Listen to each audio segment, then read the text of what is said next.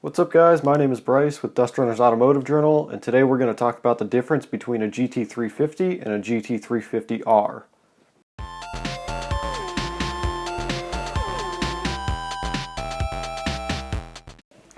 In case you haven't heard of the GT350, let me give you a quick refresher.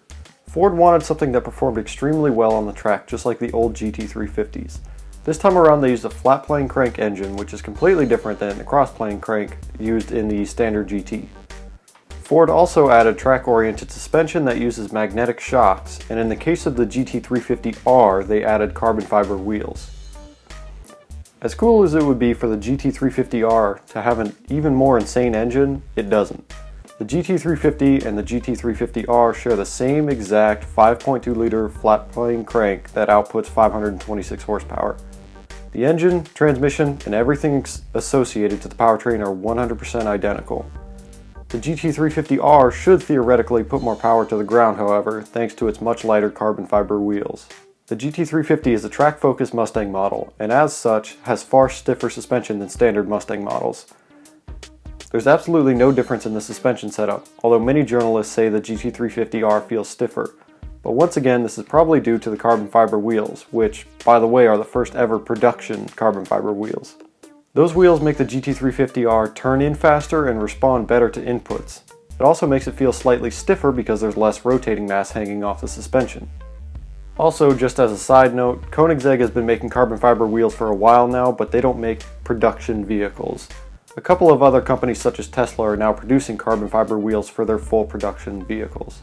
I hope you weren't really concerned about the interior differences between these two.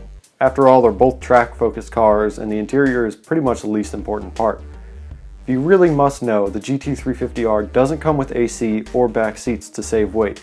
These can be added with an additional option when buying the GT350R. Kind of odd having to pay extra money to get the air conditioning and rear seats back when they were taken away. But other than that, they are identical to each other on the inside. These cars are designed to be as fast as possible on a racetrack. They are much stiffer than a standard Mustang and have way more aerodynamic parts, massive brakes, and really sticky tires. Since the GT350R's carbon fiber wheels are lighter, there's less rotating mass.